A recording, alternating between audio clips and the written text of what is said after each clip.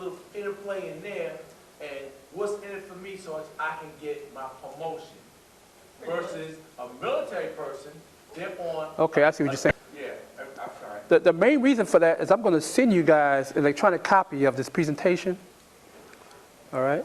And I got a handout too. I'm going to give you the handout. I'm going to send that as well. So you have that. Because, you know, we're in the electronic age, right? We should be carrying a whole bunch of paper around. So, try to limit that. I'm waiting for the cue from Brandon and Eric. And I think our crowd got stuck in the rain, so. Yeah, just look at it outside. It's pouring. I didn't even know it was supposed to rain today. Always expect the unexpected. Yep. Cold front's coming through. Oh yeah, it's been so hot here, man. Yeah, just to get all the moisture out of the air by the time we dry it. All right, folks, we're going to get started. Okay. And if anyone else comes in, they can trickle in and join us back there in the seats. All right, well, it's our esteemed pleasure to introduce to you Dr. Anthony Rhem, who actually goes by Tony, for makes things easier for us. And we go way back. We had a class we jointly delivered in Chicago. That was great. CKM class. We've been up at a lot of conferences since then. He's a well-known speaker at KM World. I think almost every year you're at KM World. Right. Featured speakers there. We're looking forward to actually doing more things with Tony at some point soon. It looks like we're finally getting to that point now, so we're excited about that. Of course, being here today is a start in that direction. Dr. Rhem is also a professor at Knowledge Systems Institute, right. KSI, and wrote a fantastic book that you can tell you a little bit about as well. So we're just honored to have Tony with us today, and thank you very much, sir. Thank you. To add to what Eric said, I'm also a graduate of the CKM program back in 2006. Because I got familiar with Douglas Whitener and the group here and what they're doing in KM. And I had just was toward the end of my PhD program, which is actually in knowledge management. And so I wanted to kind of evolve that and get more into teaching. And I taught the KM Institute about doing that. And they said, well, let's go through the certification program, see what you think, and kind of go from there. Love the program, and I've been involved with them ever since. So I appreciate these guys contacting me and bringing me in to give this conversation about information architecture. Before I begin, I want this to be more interactive. I have a lot of slides, but you know, we don't want to get deaf by PowerPoint. So a lot of conversation, right? And so we're going to try to dive into that, some of your issues, things of that nature. And this is more or less an introduction to a future two-day class. We'll take a deeper dive in some of these concepts we're going to talk about. So stay tuned for that as well. Okay. One of our objectives for this session, looking at information architecture, is basically understanding the landscape of content or information within your organization, right? The structures, the relationships, building out the taxonomies, metadata. At the end of the day, also discovering those relationships and business rules that govern them. So this is overarching aspect of information within the organization. And so you may think, okay, well, what does this have to do with knowledge management? Well, information at its core is the groundwork for knowledge. Knowledge is a lot of times built upon the information that you have. For instance, if I had a stock report and my other colleagues had the same stock report, we may all invest differently based on that same stock report, right? That's the information piece, right? So, remember, you're on camera. yes, we are having an emergency, but we are not paying attention to it. Okay. And so what happens is that the decisions that I made with that information is the knowledge that is captured. So what did we start with? We start with that base information. So it's important to understand where that information is at.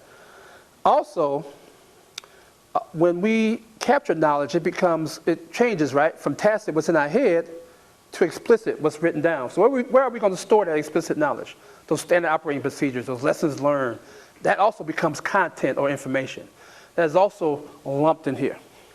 So at the end of the day, this is a structure that would promote all of the usability components, findability. You may have heard people talk about findability, a wonderful made-up word, but it applies here. The structures and categories with taxonomy. So this is all the umbrella for all of this. Okay? So this is the agenda. Again, may have a lot here, but we are going to kind of maneuver around this based upon our conversation today.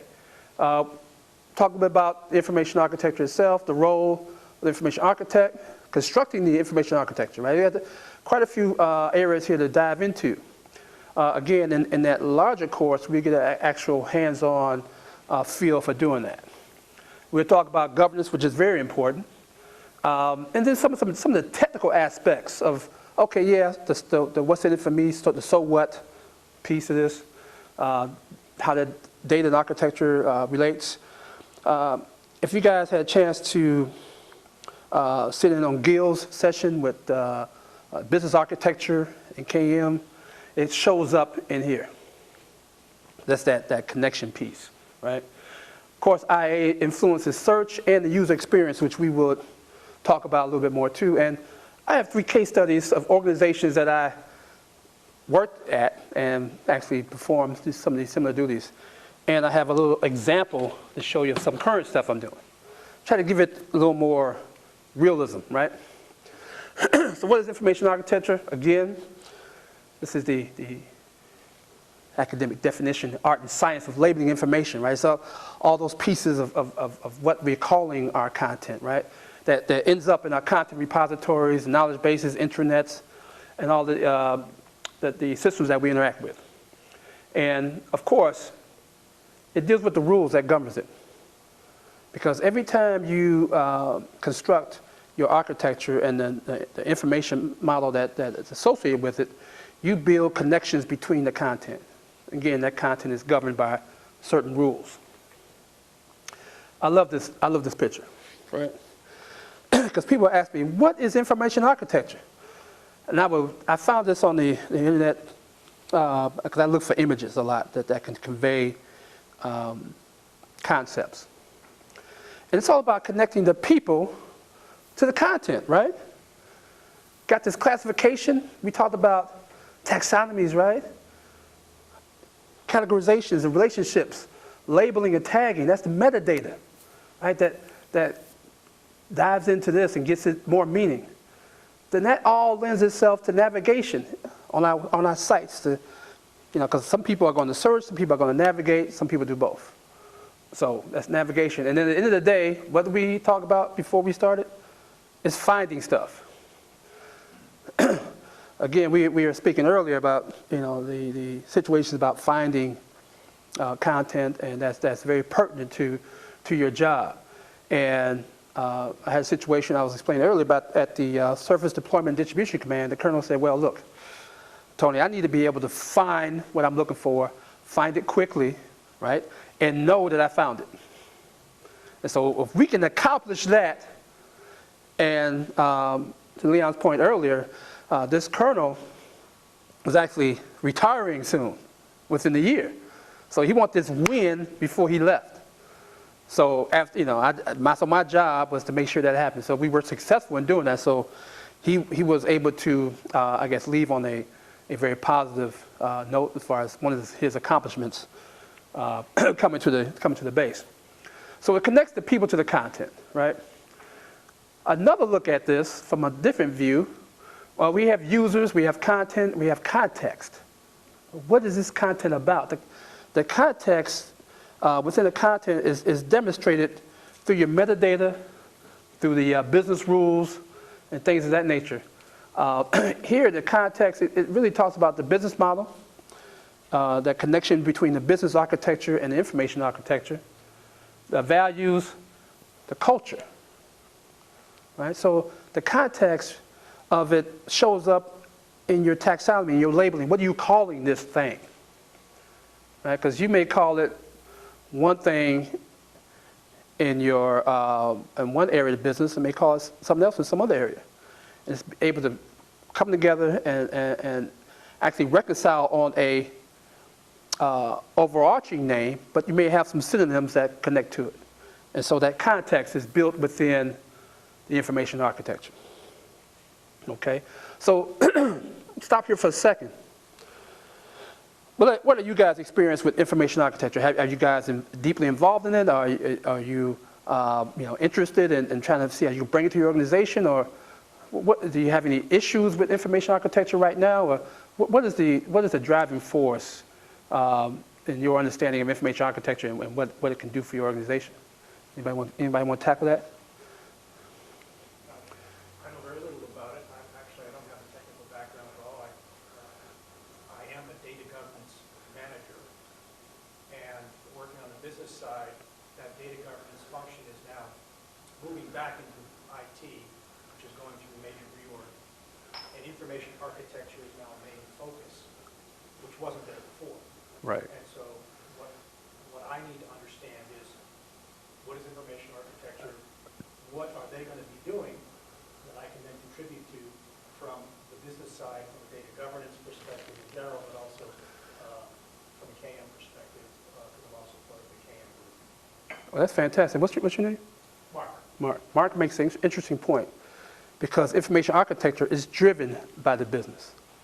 The business owns it, right? And coming from your data background, the governance also manages it.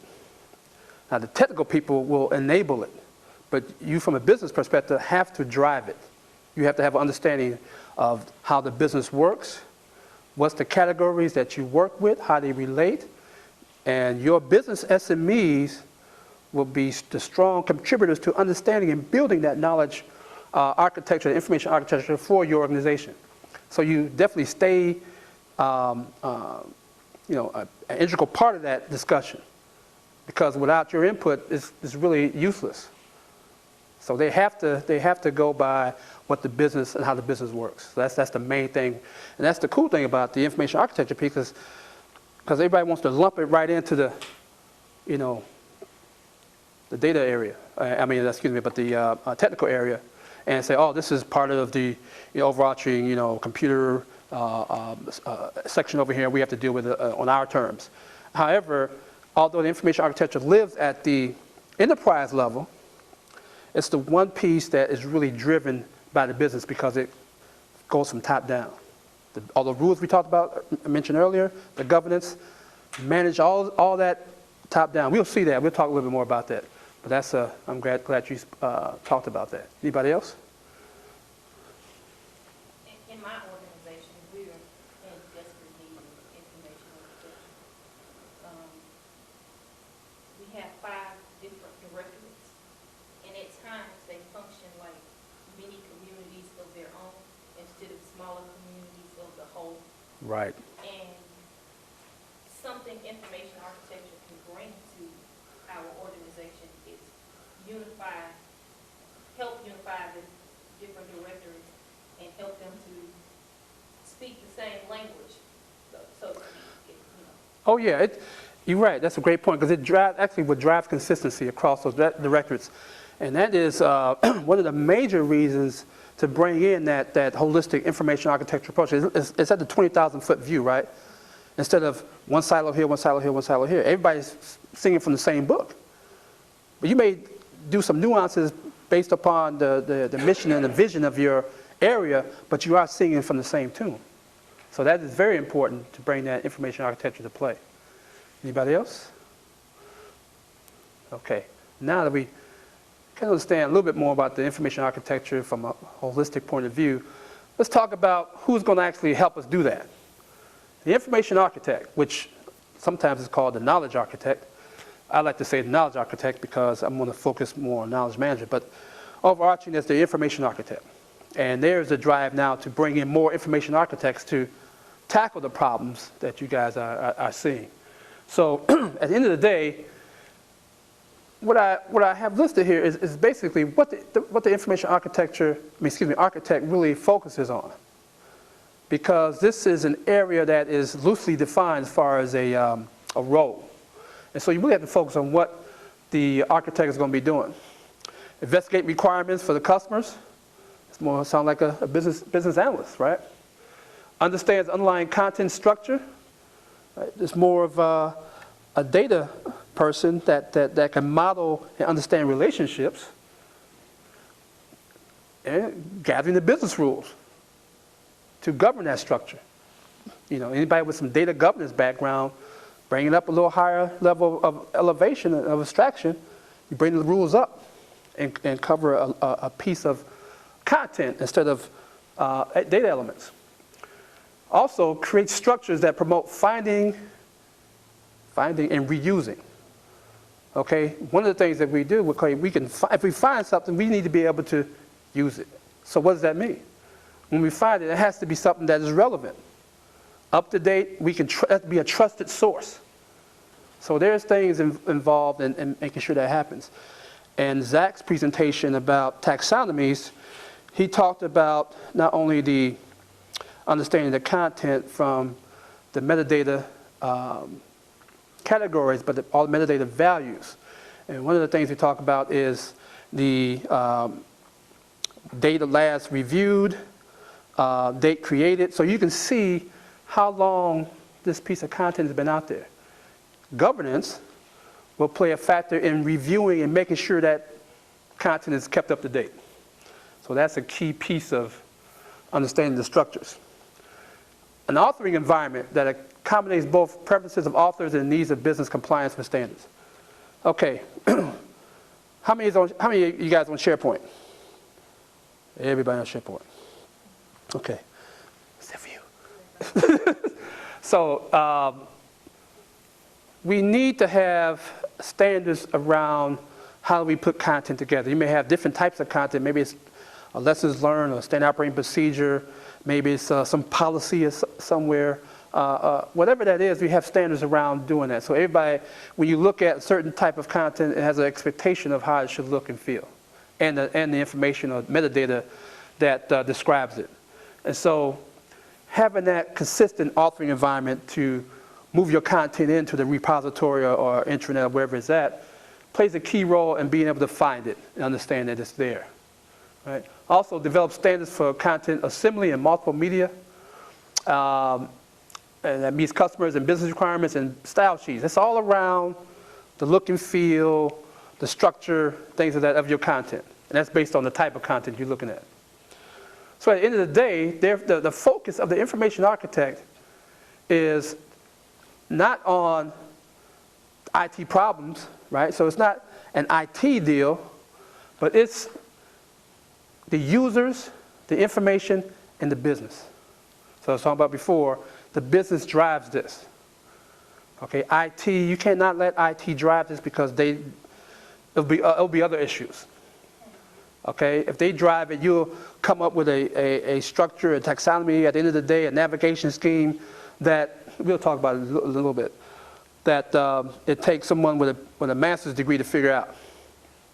If it's driven by business, you know it's more organic, it's more subjective, that those terms that the business can relate to, so the usability factor is definitely improved. Okay, so when you guys think about information architecture, bring in an information architect, understand what they need to do and what they should be bringing to the table. So that's very important. So information architecture itself, in structuring it, there are certain things that you need to take into account. One is the organization schemes. You know, okay, what's that all about? Okay, simply put, organization schemes comes in two flavors, exact and subjective. You can just imagine exact is like, okay, that's more the architect's world. I'm going to have some architecturally significant theme to drive this categorization. And, well, the architect may love it because they create the categories of content and categorize the content. However, the users won't be able to use it because they don't understand the model. They don't understand. They were not involved in it. They didn't drive the categorizations or labeling. That's what I was saying earlier about if it's going to sit in IT and have that IT focus and business is not involved, you'll get something that at the end of the day you really can't use. Or it'll take a lot of training to figure it out because it's not naturally how you work. So a subjective way, right, is having the SMEs or subject matter experts of the business involved with understanding the categorizations. And it would also, when you socialize this, it will help facilitate the learning, shorten the learning curve, and so people can actually leverage that at the end of the day. So, exact versus subjective. We want to go subjective because that's the business involved. We understand. So we know, when I walk in an organization and they tell me, well, they have findability issues or our taxonomy really doesn't reflect the way we work, the first thing I do is say, so who's developing the information model within the information architecture? Who's putting that structure together? Because more likely, 9 times out of 10, it's the IT area. Now, second question would be, okay, if it's the IT area, were you guys involved? Was the business involved? Oh yeah, they talked to us a little bit, or they may give us an update. Okay, were you really involved and telling them or instructing them what these categories should be? There's ways to get the business involved, and it's extremely helpful in doing it. And certain things that, exercises that you can do to drive out that business connection. Okay? Now, I know this is, you can't really see this. But this is an information architecture for a website. A lot of times it comes up and, the site view. You go to some websites, you want to see the view of the site. Because you can't find site, you want to see the site structure. And you can click a button, if they have it available, you can see all the different categories. And so this tells you about what's on the page. You got login here.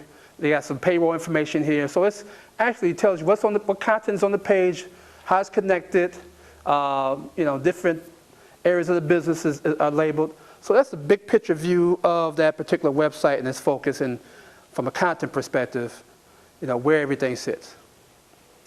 That's, immediately like where it shows up, right? But the driving force in that is something called the information model. Now, how many of you guys are familiar with information models? I figure if you're not that familiar with information architecture, you may or may not be familiar with information models. Okay. This is a work in progress. Let me see.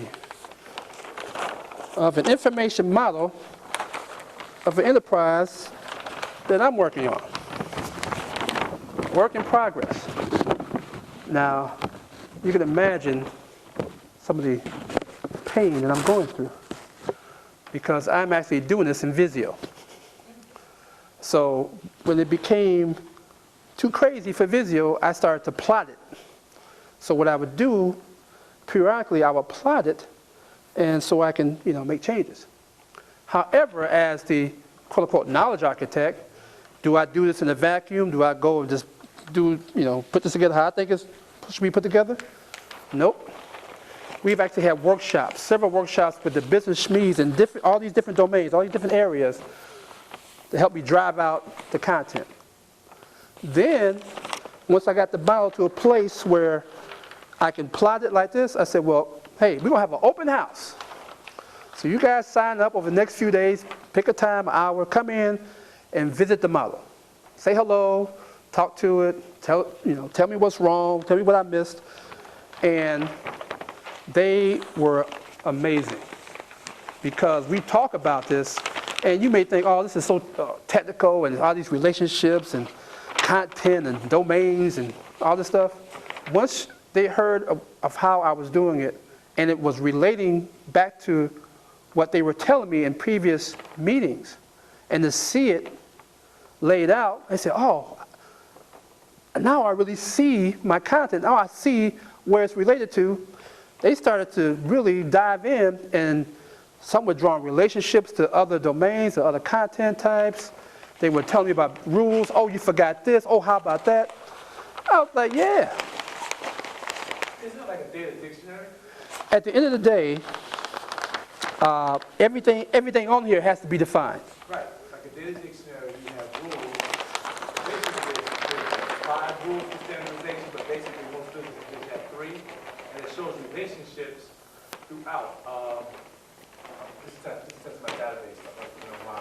And It looks like it, that's what I think it looks like though. yeah, because quite frankly, what has happened to parts of this, we've been able to consume it by having see, for instance, we have a certain area here. We would talk to the business architect, right? Okay, business architect, from a conceptual level, this is where the information sits. This is the relationships. Let's see from conceptual data perspective where the connections are. How that happens is we look at the type of content, right, and the metadata that describes it, and that gets it to more the level when you're aligning with the conceptual data model. The conceptual data model spawns the logical and physical database design. Right. So as we start from a high level of abstraction, we have those connections and work our way down. And we've been able to find some gaps, a lot of synergies, but some gaps in understanding how to drive this down. So basically you just said you normalize. Well, yeah, at the end of the day, it's funny you said that. We had a situation where this model drove out a particular business rule. But the business rule was really convoluted. It had an optional relationship with both ends. And we said, well, how do you model it? Well, I can model it like this. Okay, that's cool. How do you implement that? Now, that was the issue. You may be able to, give us some more details about this, but if you have something that is optional on both ends, one-to-many optional, it's like, okay, this may or may not occur. And so how do you make that from a physical relationship? Adding foreign keys, some other things, but we have to make sure that what we said here can be implemented. And sometimes you can drive it to that level, but other times it may not be possible. Okay, I kind of probably went through a few slides by talking about that, right? So, I love these things. Never leave home without it. Okay, so the information model provides the framework for organizing your content, right? Again, reused in a variety of innovative ways. So you can reuse the content. The whole idea is to create it once and reuse it many times, or display it, a lot of ways to get to it and display it, a lot of different access methods to get to it. So you want to be able to do that. Once you have created an information model, right, you're able to label information in ways that will enhance search and retrieval. This is all about being able to find something. And what it does also is identify relationships. So if I was looking at, we'll go through this some more later, but it makes me think about this, is if I'm looking for a piece of content, say I'm looking for, in this case, a policy on a auto policy. I pull up the auto policy, I may want to also see the associated rate sheet that would price out the auto policy based on riders that are associated with it. So I pull up a auto policy, I might want to also pull up the associated content with it. That's the rate sheet and the riders that are involved with it. I may also want to see what are some related content, associated and related content. Related means I have an auto policy. I may need I may have an associated policy for the motorcycle, for the ATV, whatever else I own. So that talks, this information architecture talks to the system and say, okay, I have this, but these are the relationships, and this is what I want to see at the end of the day when I pull this up. Not only do I find it, I find the other pieces that connect to it.